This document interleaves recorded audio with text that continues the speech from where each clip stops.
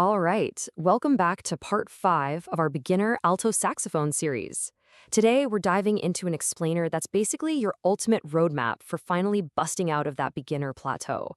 We're going to completely shift your mindset from just sort of aimlessly playing the sax to strategically, deliberately practicing it. So if you've been putting in the hours, but you're feeling like your tone just isn't quite maturing the way you want, well, you are in exactly the right place. Let's get to work. Okay, so here is our highly focused agenda for today. First, troubleshooting common sound issues. Second, the mechanics of overtones. Third, the zen of practicing. Fourth, structuring your daily routine. And finally, number 5, tracking your steady progress. So, Section 1, troubleshooting common sound issues. Let's tackle what is arguably the absolute most frustrating pain point for any developing player. You're playing a ton, but your sound just isn't getting any better. Master teacher David Liebman has this brilliant methodology where he treats sound problems exactly like medical symptoms. Notice how we diagnose specific issues with really specific remedies here. For instance, on the left, if your sound is thin or way too bright, especially up in the high register, the culprit might actually be a reed that's too soft, or maybe you just aren't using enough bottom lip. The fix? Try bumping up your reed strength by a half size and assume more of a V position with your embouchure. Now flip over to the right side. If your sound is unfocused, or maybe the pitch just isn't centering right, you might be taking in too much mouthpiece, or that opening is just too large. The remedy for that involves experimenting with harder reeds and really concentrating on getting your first and second overtones to lock in. It's not about guessing. It's a highly systematic physical adjustment. Let's actually zoom in on that physical adjustment for a second, specifically your embouchure. The absolute crucial point here is your bottom lip cushion.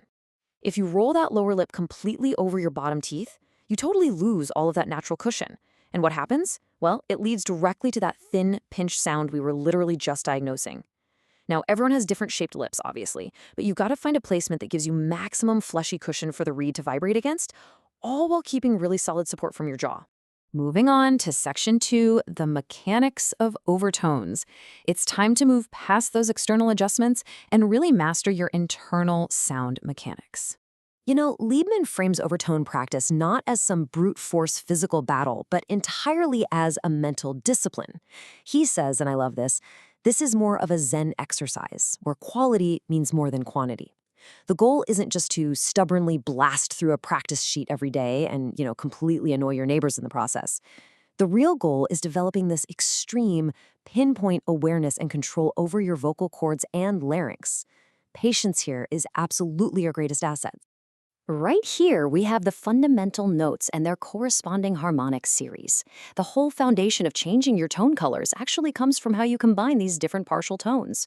A fantastic initial warm-up, before you even attempt the actual overtone exercises, is playing descending legato octaves. You want to play them super smoothly without suddenly dropping your jaw to force the pitch down.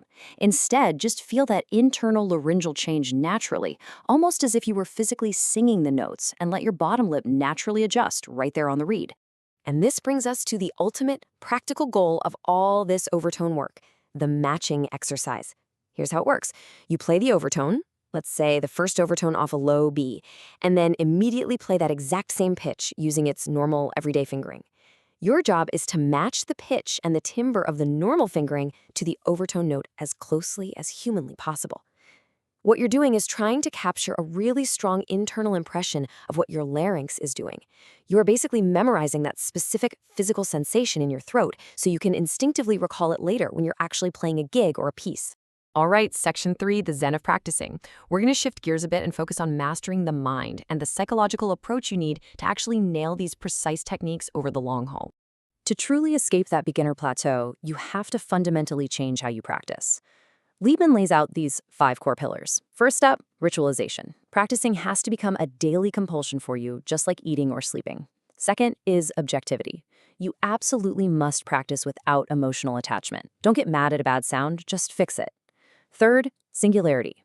It is incredibly difficult for the mind and body to concentrate on multiple events simultaneously, right?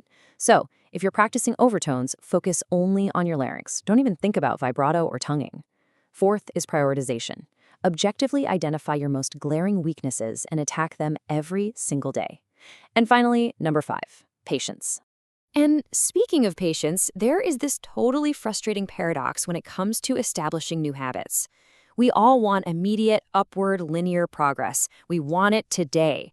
But reality, it looks much different. Your body and your mind are going to naturally resist and defend against new habits.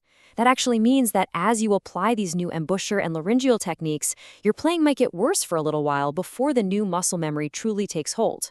You have to accept that dip in performance as just a totally natural part of the long-run process. Don't let it discourage you.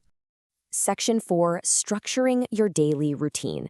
So knowing that this takes immense patience and discipline, let's figure out how to structure your practice to make sure we aren't just, aimlessly playing our favorite riffs over and over. Check out this strict breakdown for the technical portion of your routine. This assumes a minimum 60-minute practice block. Notice how the time is sliced up here. You're dedicating a massive 20-minute block purely to those mindful overtone exercises we just talked about, really focusing on clean fundamentals with minimum jaw movement. Then 15 minutes of long tones to check your embouchure and intonation, followed by 15 minutes of miscellaneous technique like your scales and tonguing, and then 5 minutes each for slow breathing and playing on the mouthpiece alone.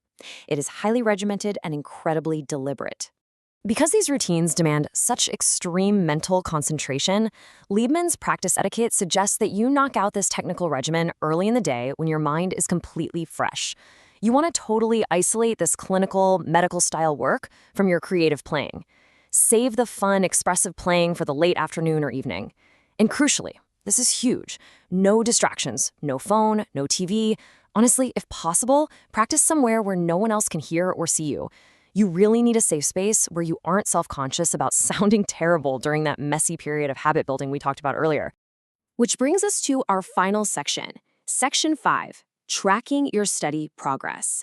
Let's talk about documenting this journey so you don't lose sight of the big picture on the days you inevitably feel frustrated.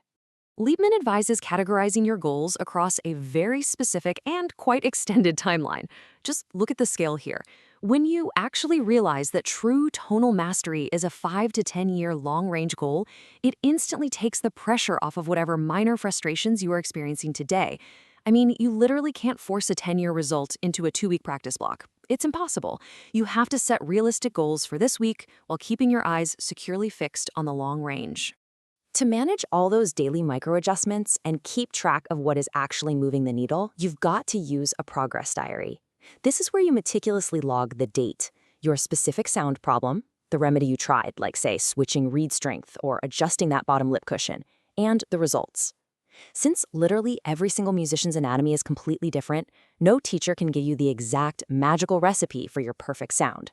By using this diary, you are essentially building a personal, lifelong library of techniques that work specifically for your unique physical makeup. We have covered a massive amount of ground today. Everything from the fleshy cushion of your lip, to the internal mechanisms of your larynx, to the unyielding discipline of a structured routine. So as you go ahead and prepare to ritualize your practice, I want to leave you with this one thought.